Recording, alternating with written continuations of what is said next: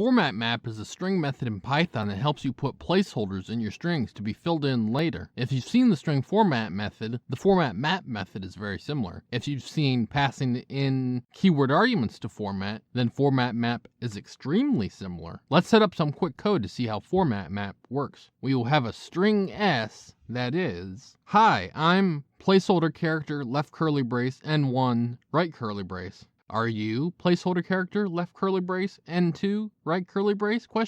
Now, when you call format map, instead of using keyword arguments, you pass in just a regular dictionary where what you pass in the placeholder characters are the keys and the values are what you want substituted into your string. So in this case, you'll pass to format map a dictionary containing the string N1 mapped to the string Paul and the string N2 mapped to the string Joe. When you call format map, you will see that your output string is, hi, I'm Paul. Are you Joe? Format map was introduced to the Python language very early on.